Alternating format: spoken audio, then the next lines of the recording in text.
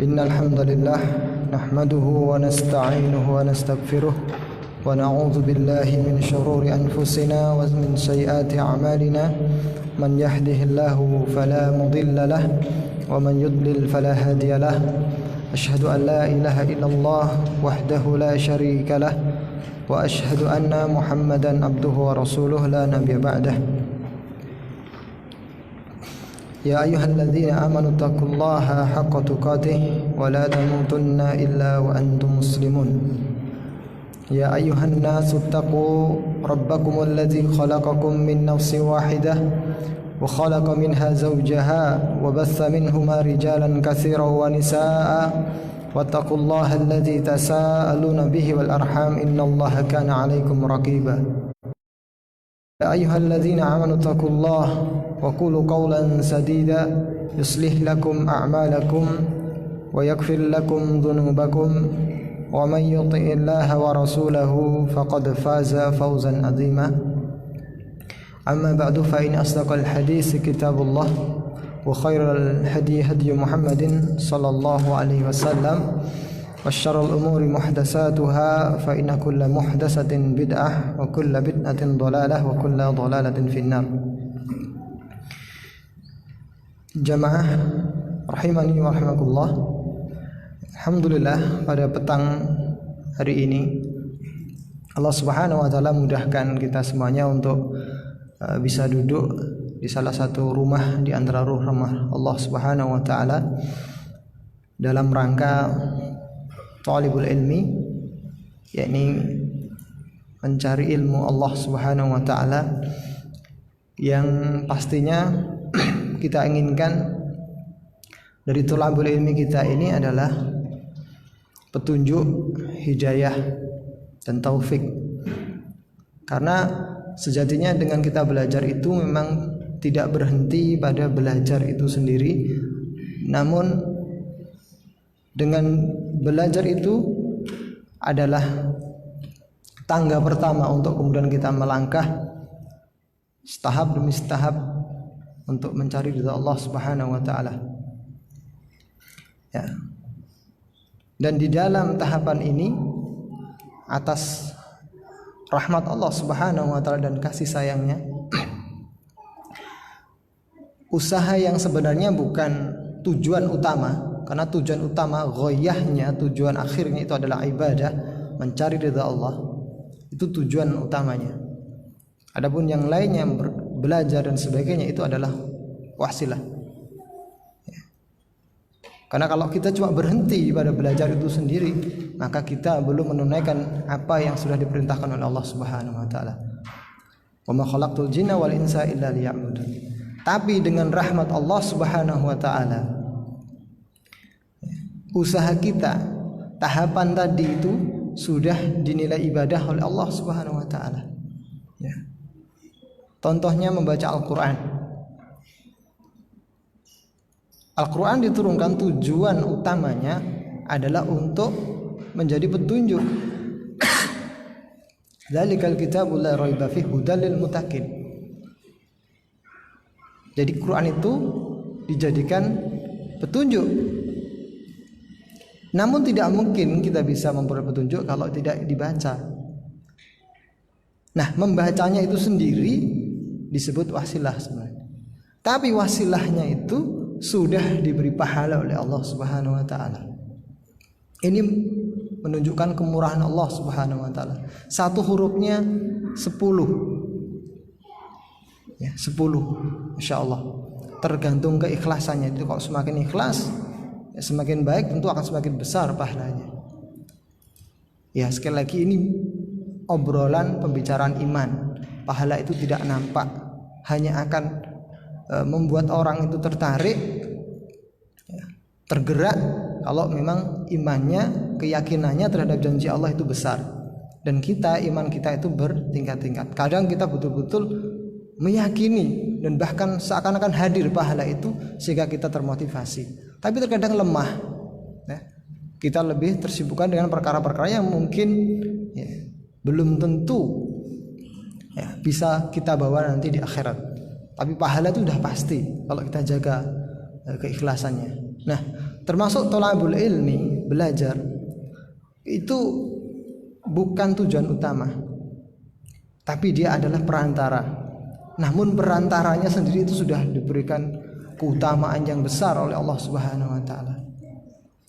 Bayangkan ya, dengan belajar ya, Allah angkat kejahilan, Allah tunjukkan jalan-jalan untuk menuju ridhonya, dan itu yang kita cari.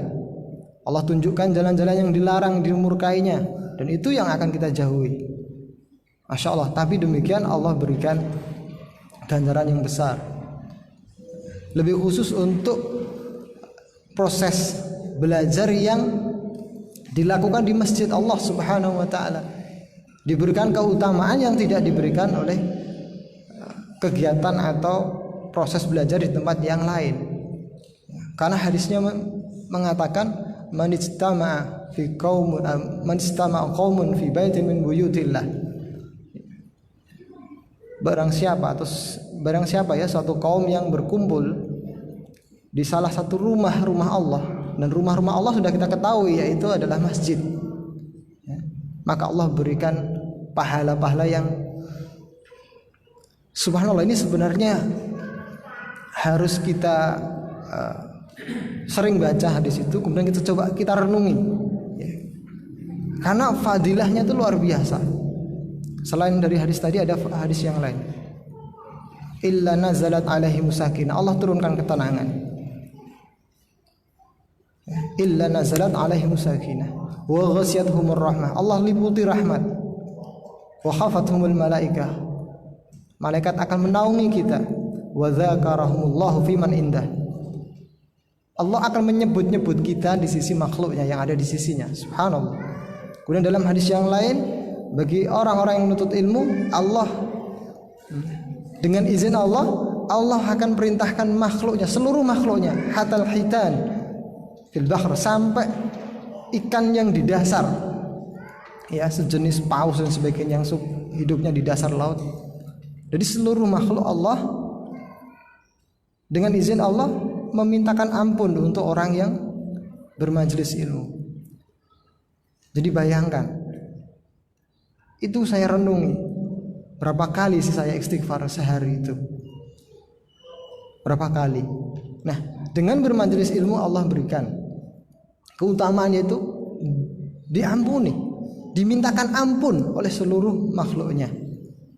Bayangkan, butuh berapa tahun untuk kita bisa beristighfar, minta ampun sebanyak makhluknya yang ada di langit dan bumi ini. Oleh karena itu, setidaknya ini nasihat untuk kami pribadi, setidaknya kita punya meskipun 1-2 orang halaqah di masjid yang di situ membaca Al-Qur'an, saling menasehati, subhanallah. Dan tujuannya adalah mencari itu, bukan apa-apa. Karena kalau kita tidak memasang niat di dalam amalan-amalan soleh kita, itu juga bisa jadi rugi, magrur kita, ketipu kita. Syekh Utsaimin pernah memberikan suatu contoh. Ini mukadimah sebelum saya bacakan kitab ini. Ada 2 orang sholat yang kedua-duanya sama-sama bagus, sama-sama terlihat secara zahirnya khusyuk. Kemudian ditanyakan oleh beliau, apa yang membedakan antara 2 orang itu? Niatnya. Yang membedakan adalah niatnya. Jadi kalau ada suatu amalan ibadah yang Allah sudah berikan atau Allah dan Rasulnya sudah berikan janji pahala, maka niat kita yaitu itu termasuk ikhlas. Man qama ramadhana imanan wa ihtisaban. Bayangkan, barang siapa berpuasa karena iman dan mengharap pahala. Jadi mengharap pahala itu sebuah indikasi keikhlasan. Jadi jangan sampai kita punya kegiatan ya, kajian, sholat Jumat, sholat rawatib dan sebagainya, tapi mengalir begitu saja seperti rutinitas biasa. Ini kadang-kadang yang kita ketipu. Karena rubba amalin saghirin tukabbirhu niyah wa rubba amalin kabirin wa rubba amalin saghirin tu'azzimhu niyah. Betapa banyak amalan yang besar itu menjadi kecil karena niatnya nggak hadir. Sholat itu ibadah besar, tapi kalau niatnya nggak hadir, niatnya separuh, aduh dengar azan, karena dengar azan pokoknya berangkat, ya. Dengan hati yang malah dan sebagainya, ya sudah. Dan ada amalan yang kecil menjadi besar karena niatnya hadir. Nah ini harus selalu kita ingat. Oleh karena itu dalam kitab-kitab ulama banyak sekali ditulis bab niat itu di awal, karena untuk apa? Untuk mengingatkan. Jadi setiap amalan yang kita lakukan, innamal a'malu binniyat. Semua amalan itu tergantung niatnya. Wa innamal likulli imri'in ma nawa. Dan setiap manusia itu memperoleh apa yang dia niatkan. Nah, oleh karena itu pentingnya kita menghadirkan niat. Jadi jangan sampai jasad kita hadir tapi kita nggak tahu gitu, niat kita di sini apa. Ya lillah, yaitu mengharap pahala yang sudah dijanjikan oleh Allah Subhanahu wa taala. Oleh karena itu bersyukurlah Allah Subhanahu wa taala memudahkan kita sudah hadir di sini. Kita tata niat kita, kita hadirkan niat, karena subhanallah ya, guyuran hujan, rintik-rintik hujan ini dan juga hawa yang dingin tidak menghalangi kita untuk keluar rumah. Padahal di rumah tuh yang paling enak kalau hujan seperti ini ya. Dingin, duduk-duduk, makan mie, bersantai dengan istrinya, keluarganya. Itu adalah sebuah kenikmatan dan memang ada pahalanya juga. Tapi kalau ingin mencari yang lebih besar, ya tadi kita bisa memprioritaskan pahala yang harus kita cari. Nah, kita lanjutkan membacakan kitab Syarh Masail Jahiliyah, dan kita kemarin sudah sampai di permasalahan yang ke 28. Termasuk sikap jahiliyah adalah menolak pada selain mereka. Jadi mereka tidak mau menerima kebaikan atau perkara apapun itu dari selain mereka. Jadi hanya mau hanya sendiri. Nah, ini termasuk sikap jahiliyah. Dan kemarin belum selesai kami baca, saya mengatakan wa hadza yasmulu man yaqulu, dan ini juga termasuk atau masuk dalam kategori kebodohan adalah seperti ucapan orang yang mengatakan ana la attabi'u illa fulanan minal ulama. Aku tidak akan mengikuti satu orang pun dari kalangan ulama kecuali fulan. Ini juga termasuk sebuah kejahilan. Beliau kategorikan sebagai sebuah kejahilan. Ya. Jadi dia mengatakan pokoknya saya nggak mau ngaji kalau nggak sama ustadz ini. Atau dia membatasi ini aja yang saya ambil ilmunya. Bukan ya, bukan karena berdasarkan yang ustadz ini saja memang yang saya kenal memiliki akidah yang lurus, memiliki manhaj yang hak. Bukan karena itu. Karena itu memang kita dituntut, ya, kita harus mencari pengajar, ustadz yang manhajnya lurus, akidahnya benar, itu pasti. Tapi kemudian setelah kita ketahui bahwasanya ustadz fulan ini semuanya akidahnya sama, ya, manhajnya sama, tapi kemudian kita memilih saya mau ngambil yang ini saja. Nah, maka beliau mengatakan ini termasuk kategori kebodohan. Wal wajib, padahal yang wajib itu annahu yaqbalu al-haq, yang diperintahkan untuk dia itu menerima kebenaran, bukan hanya mengambil dari orangnya. Wala ya'tasibu li imamihi, wala yata'assabu li imamihi, dan dia tidak ta'assub, fanatik terhadap imamnya atau gurunya, awil mudarrisi atau gurunya, pengajarnya, auli syaikhihi atau syekhnya, tidak boleh ta'assub. Karena kalau kita jadikan satu orang atau beberapa person saja yang kita ambil, maka itu seakan-akan kita menganggap kebenaran itu terbatas pada 2 orang ini saja atau 1 orang ini saja. Yang lebih berbahaya kalau 1. Berarti seolah-olah dia sudah menyandingkan dia dengan Rasulullah. Karena seluruh perkataan itu boleh diambil, dibuang. Ya. Seluruh perkataan itu harus diambil. Ya. Dan tidak boleh tidak. Itu hanya haknya Rasulullah SAW. Adapun orang selain Rasulullah SAW, maka perkataannya boleh diambil dan boleh dibuang. Nah, kemudian kalau cuma mengambil 1 orang, jadi semua perkataannya kita ambil, tidak ada yang kita buang, itu adalah sifat untuk Rasulullah. Jangan sampai itu kita sematkan kepada orang lain. Mislu masyayikhi turuq, seperti para masyayihnya torikoh ini biasanya terjadi pada orang-orang yang punya torikoh. Jadi dia mengambil ilmu dari torikoh ini, torikoh itu, dan dia tidak mau mengambil ilmu dari luarnya. Yata'assabu lahum al-muriduna wal atba'. Ya, mereka ta'assub terhadap itu para pentolannya. Wala yaqbaluna al-haqqa illa ma qala haula, dan mereka tidak mau menerima kebenaran kecuali dari mereka itu aja, para masyayihnya saja. Wa hadza amrun batil, dan ini perkara yang batil, tidak boleh.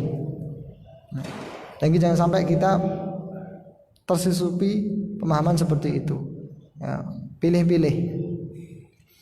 Li'annahu la yajibu ittiba'u muayyanin minal haqqi illa Rasulullah sallallahu alaihi wasallam.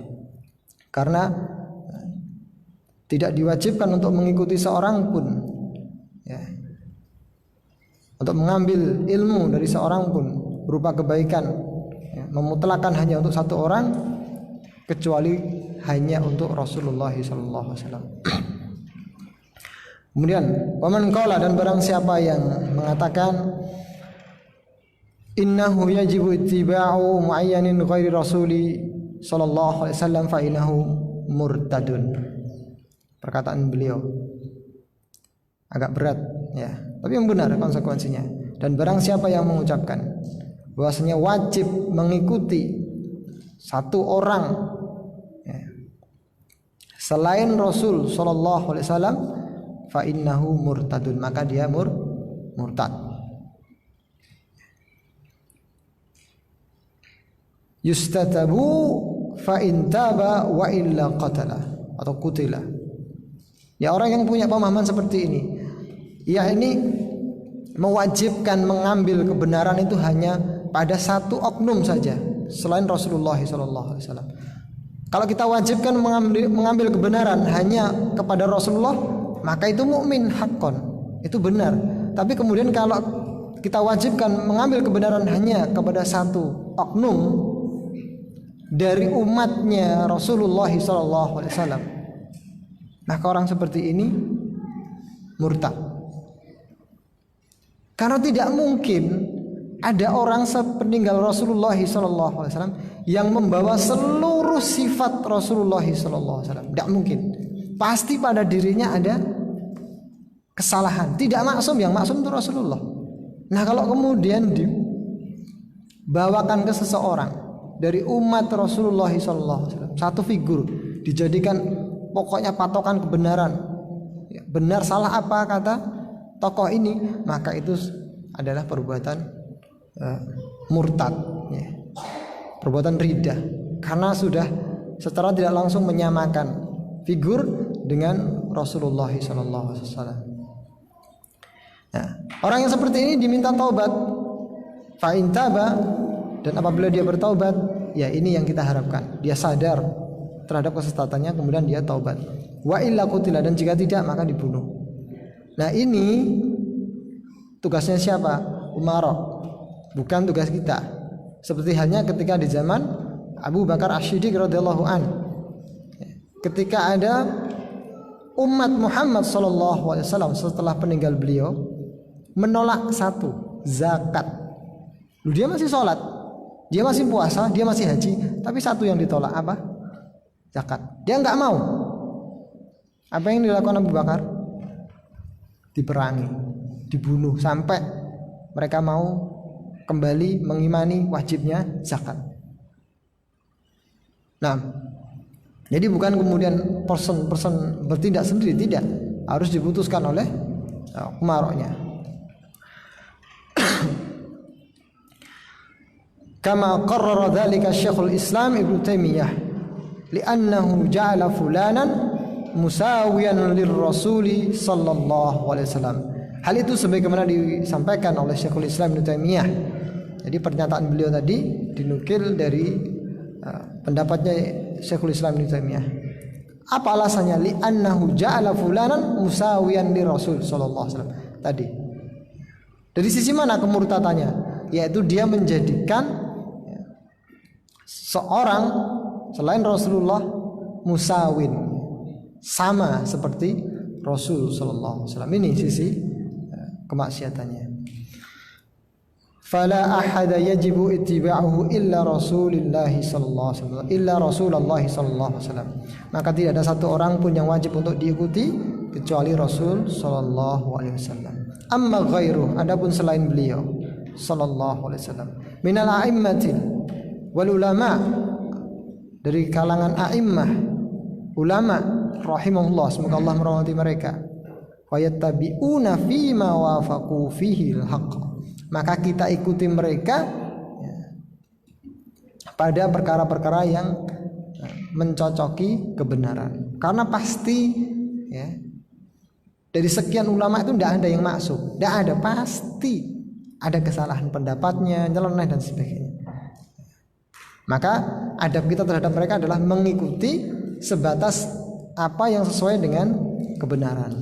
Wa ma akhta'u fihi minal ijtihad, adapun kesalahan mereka dari ijtihad mereka, fa innahu la yajuzu akhdhuhu, maka tidak boleh kita ambil.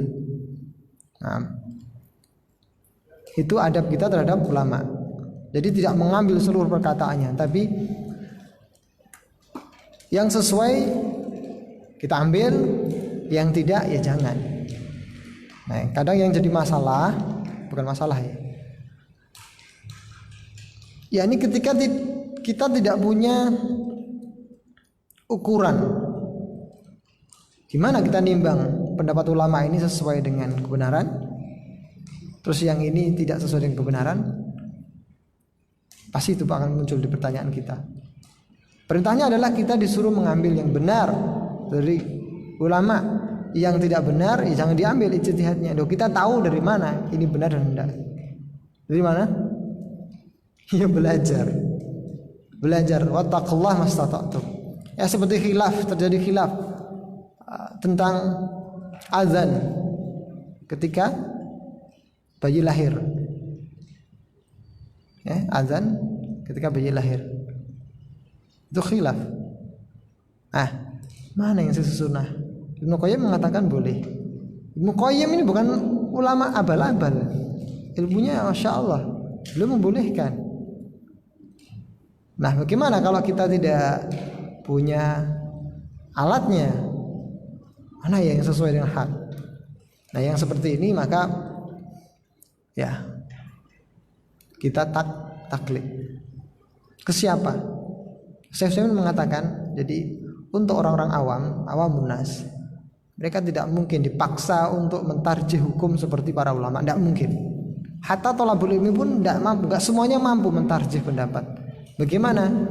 Beliau dalam kitab beliau usul fikih ya, mengatakan jalan terakhir bagi awamun nas, orang-orang awamnya, itu melihat ke figur ulama yang dia cenderung hatinya ke situ.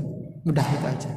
Contoh dari khilaf ya tadi, khilaf terkait boleh tidaknya diadzani bayi. Ada khilaf. Nah, khilafnya adalah masalah hadisnya ini. Ini sahih, ini enggak. Ini mensahihkan, ini mendhaifkan. Nah, kan tinggal antum putuskan mana yang kuat, mana yang enggak. Nah, antum bismillah.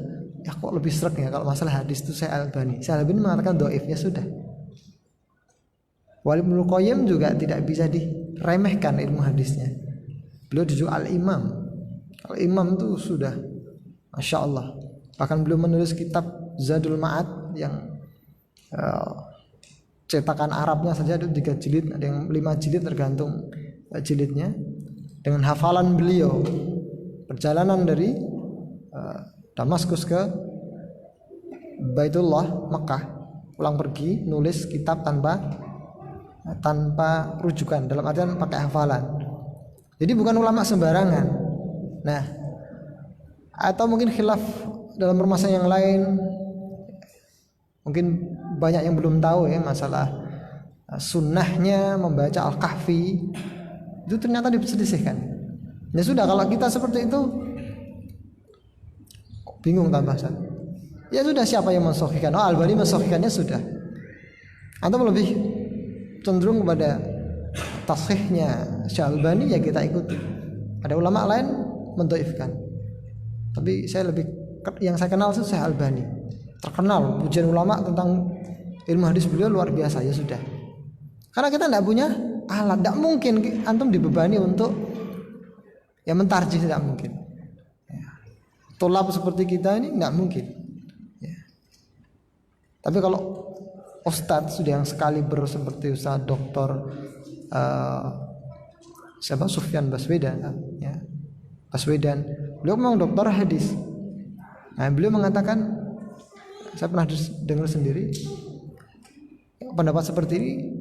Kalaupun saya menganggap bahwasanya hadis itu dhaif, tidak mungkin saya publikasikan, nggak mempan.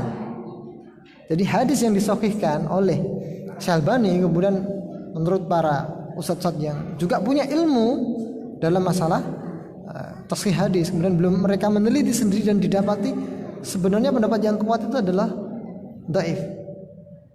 Tapi mereka punya adab. Makom kita dibanding Syalbani itu jauh. Jadi kalaupun saya bersuara, kayaknya nggak akan didengar sama orang-orang. Lu ini siapa ini? Syalbani, masya Allah. Nah, cuman itu dipakai untuk mereka sendiri yang sudah tahu ilmunya. Ini adab, adab para asatidz terhadap guru-guru mereka. Nah, walau kana minal a'immah, meskipun mereka para imam. Jadi kalau pendapatnya salah ya jangan diikuti. Ya taunya dari mana ya tadi? Belajar. Kalau nggak tahu ya sudah ditaklid aja. Kalau sudah sama-sama kuat gimana? Pokoknya harus dipilih salah satu. Wahum yaquluna dzalika, karena mereka para ulama itu sudah mewasiatkan akan hal tersebut, yaitu jangan taklid terhadap mereka. Yaqulun, mereka mengatakan la ta'khudhu min aqwalina illa ma wafaqa kalamur rasuli sallallahu alaihi wasallam. Jangan kalian ambil perkataan-perkataan kami kecuali yang sesuai dengan kalam Rasul sallallahu alaihi wasallam. Nah, selanjutnya al-mas'alatu tasi'atu wal isrun, permasalahan yang ke-29. Di antara sikap jahiliyah, la ya'maluna biqaulin atau biqauli man yas'umuna annahum yattabi'unahum.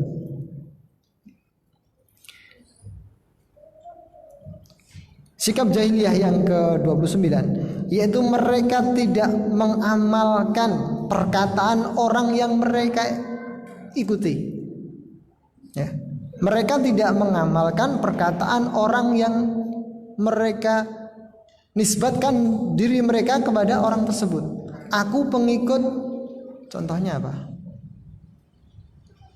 Syafi'i contohnya. Ana Hambali.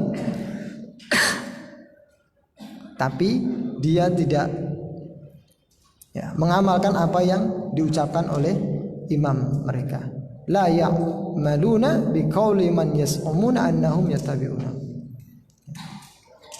Ini banyak kita dapati.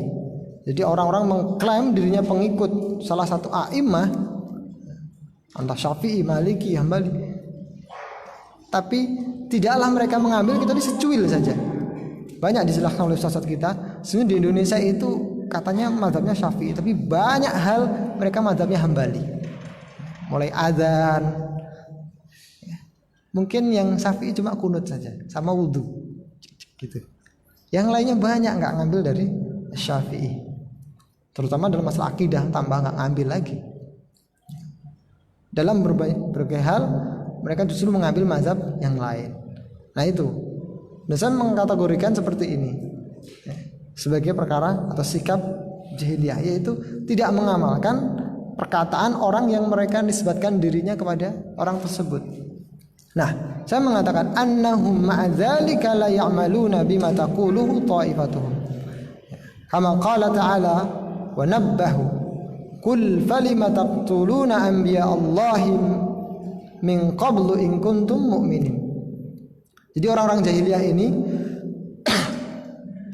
meskipun mereka berkoar-koar mengklaim bahwa dirinya paling sunni, paling ahlu sunnah, paling Islam, paling bertauhid, paling ini dan itu, tapi di satu sisi perbuatan mereka tidak sesuai dengan ucapannya.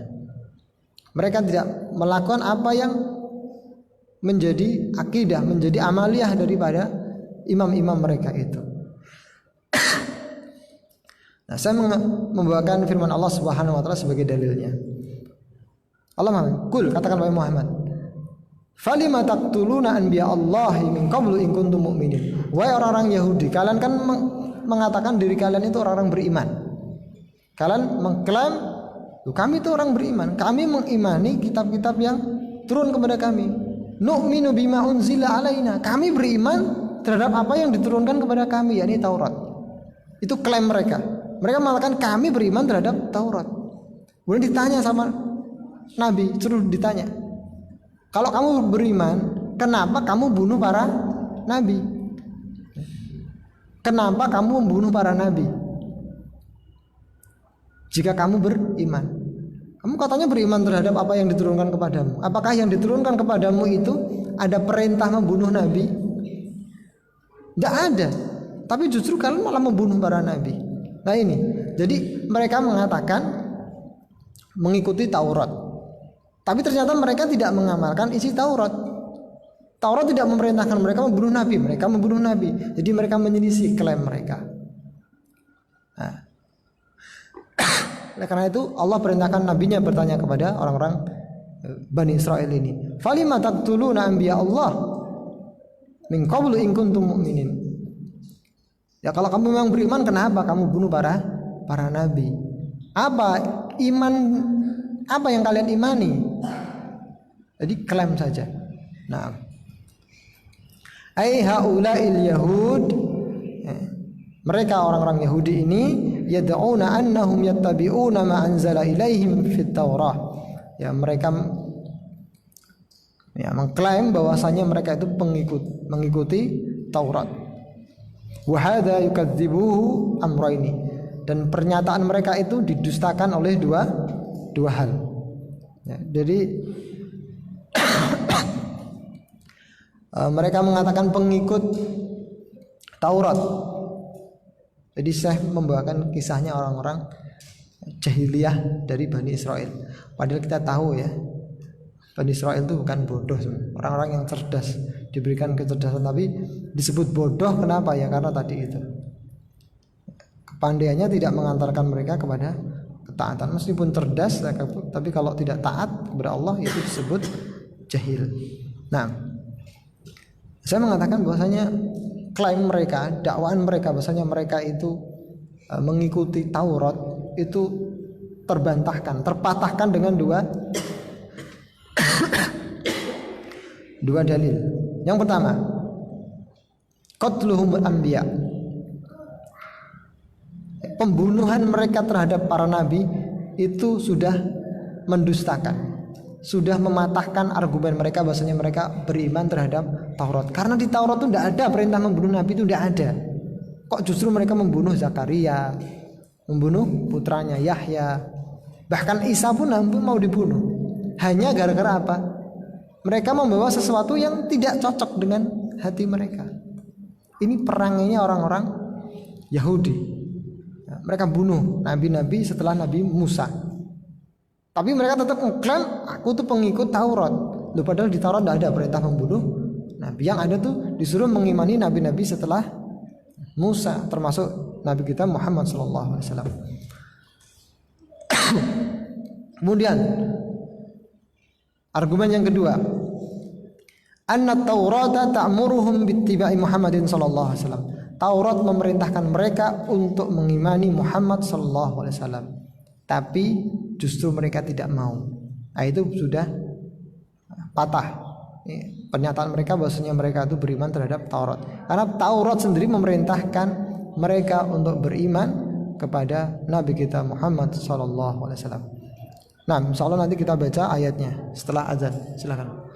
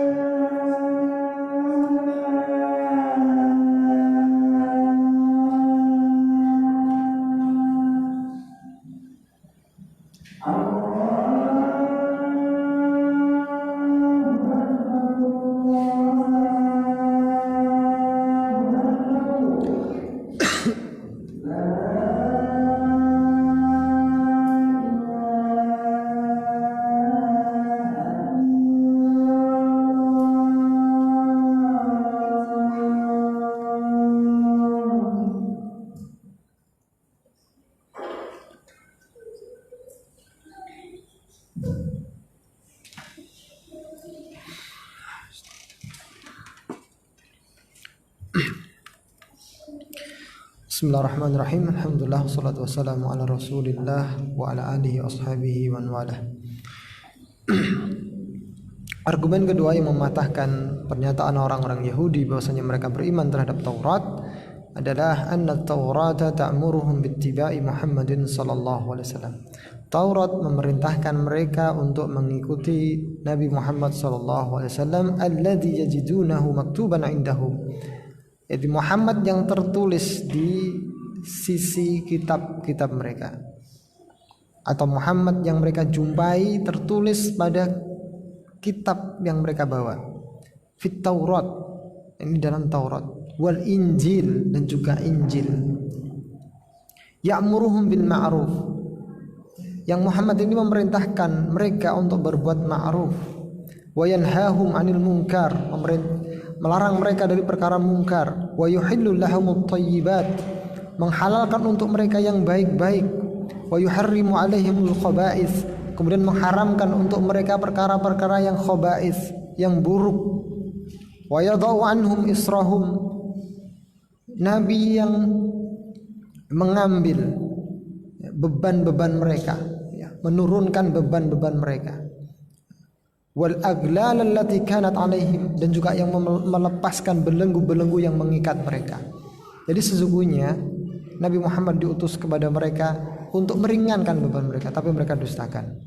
Hadhihi sifatuhu sallallahu alaihi wasallam fit Taurah. Inilah sifat Nabi kita Muhammad sallallahu alaihi wasallam yang tertulis di Taurat. Allah yang mengatakan, kita tidak pernah baca Taurat, tapi yakin pasti itu ada di situ. Maktuban indahum fit Taurati wal Injil, di dua kitab. Orang menyebutnya perjanjian baru, perjanjian lama. Allah mengatakan sifat nama Nabi kita ditulis jelas di Taurat dan Injil, tapi mereka nggak mau menerima. Ya. Jadi dengan dua argumen tadi patahlah pernyataan mereka bahwasanya mereka itu beriman terhadap Taurat. Tidak mungkin. Satu, mereka membunuh para nabi. Taurat tidak pernah memerintahkan mereka membunuh para nabi. Dan yang kedua, Taurat memerintahkan mereka untuk mengikuti Nabi kita Muhammad, mereka justru marah menyelisihinya. Berarti tidak benar kalau mereka itu mengikuti Taurat. Falam yaqulu bima qalahu anbiya'ahu, dan mereka juga tidak berucap atau mengatakan dengan apa-apa yang diucapkan oleh para nabi mereka, wa ulama'uhum, dan juga para ulama mereka, alladzina yad'una imana bihim, yang para nabi dan ulamanya itu mengajak mereka terhadap keimanan. Nah, jadi ini taujihnya ya, atau penjelasannya bahwasanya di antara perangai jahiliyah adalah tidak mengamalkan ya, perkataan, ucapan orang yang dia nisbatkan dirinya kepada orang tersebut. Ya, banyak orang mengaku pengikut Syekh Fulan, Imam Fulan, tapi perkataannya diselisihi. Tapi paling getol, paling terdepan ngomong, nah, pengikut setia imam ini, kita tuh paling Syafi'i, kita paling Hambali, kita paling Maliki, kita paling Hanafi dan sebagainya. Tapi justru mereka melanggar ucapan imam-imam mereka. Nah, kemudian kita selesaikan satu bab lagi. Al-mas'alatu salasun, permasalahan yang ke-30.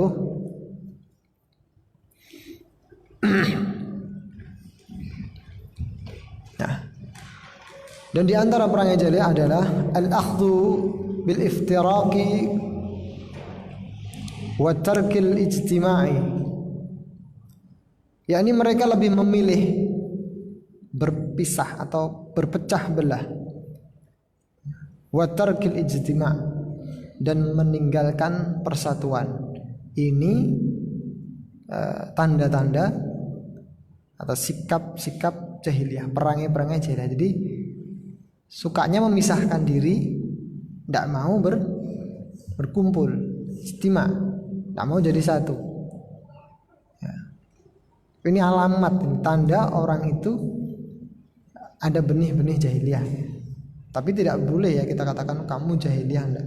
Tapi ada pada dirinya sikap dari berbagai macam sikap jahiliyah. Di antara sikap jahiliyah kan banyak. Dia mungkin ada satu sikap yang dia miliki, yaitu lebih suka menyendiri, ya, lebih suka berpecah daripada berkumpul.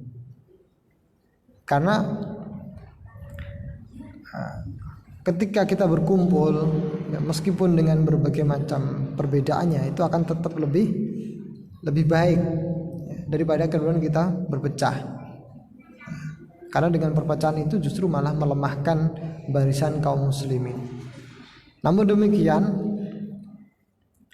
persatuan itu harus dikembalikan kepada persatuan yang hakiki. Sebagaimana yang tadi dijelaskan oleh khotib ya, atau kemarin lupa saya. Dari katanya saja, tauhid, lawannya tauhid adalah syirik. Tauhid itu dikata wahada yuwahidu, yakni satu. Dan kaum muslimin itu diperumpamakan dengan satu tubuh. Jadi persatuan mereka itu persatuan yang seperti tubuh. Jadi yang bisa menyatukan mereka adalah tauhid. Ya, persatuan yang hakiki itu persatuan di atas tauhid, keyakinan. Dan lawannya adalah syirik. Syirik itu berserikat, syaraka, berbilang-bilang. Jadi orang yang melakukan kesyirikan itu sudah pasti bukan orang yang suka persatuan. Jadi sangat salah ketika ada dakwah yang menyeru kepada tauhid, kembali kepada tauhid, ya. Ittiba sunnah, kemudian dituduh sebagai pemecah belah umat. Ini sebenarnya bahasa-bahasa syaitan, membuat orang takut. Loh, gimana ndak pecah? Buktinya setelah antum dakwah ini nyinggung itu, nyinggung ini, pecah. Iya tak? Loh iya, realitanya gitu. Kita berdakwah tauhid, berdakwah sunnah, menyinggung bid'ah, orang-orang yang melakukan perbuatan tersebut bereaksi, dan karena golongannya besar, ya akan nampak ini seperti yang awalnya satu akhirnya berpecah-pecah, bertengkar. Ini dakwah pemecah belah umat. Ini adalah subhat. Karena sebenarnya kita tuh mengarahkan kepada tauhid loh, keesaan. Kita mendakwakan tauhid, bagaimana umat itu kembali satu dengan tauhidnya. Bukan bersatu jasadnya saja sepertinya bersatu, tapi ruhnya tidak jadi satu. Bukan itu. Justru itu adalah ciri daripada sikap jahiliyah, yaitu lebih suka berpecah-pecah, berbeda-beda, pemahamannya berbeda. Bayangkan, kita adalah umat Rasulullah SAW.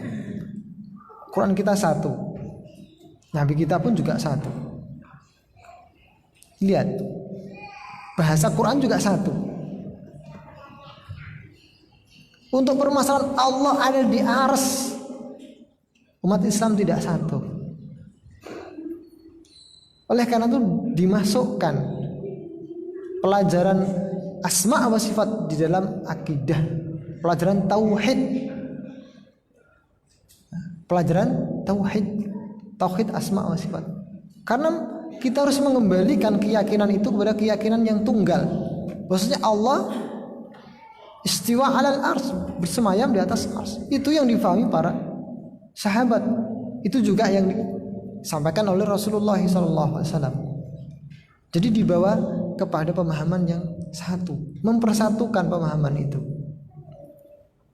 Nah yang menyelisih inilah yang mereka suka berpecah belah. Sejatinya mereka berpecah belah, meskipun kelihatannya kok bisa ya dai dari ormas ini, ormas itu satu bareng ya, ketika punya misi yang sama ya. Tidak suka dengan pemimpinnya, mereka bisa bergabung jadi satu. Tapi begitu nanti sudah selesai acaranya, kembali cakar-cakaran. Ini tidak asli persatuan mereka, yaitu persatuan mereka dibangun di atas kepentingan duniawi. Justru kalau mereka benar-benar satu, harusnya satu di atas akidah dan manhaj mereka. Nah, insya Allah untuk penjelasan lebih lanjut dari syarah saya Soleh bin Fauzan, kita baca di pertemuan berikutnya insyaallah biidznillah taala. Wallahu a'lam bishawab. Kita cukupkan majelis kita dan kita tutup dengan doa kafaratul majelis. Subhanakallahumma wa bihamdika asyhadu an la ilaha illa anta astaghfiruka wa atubu ilaik.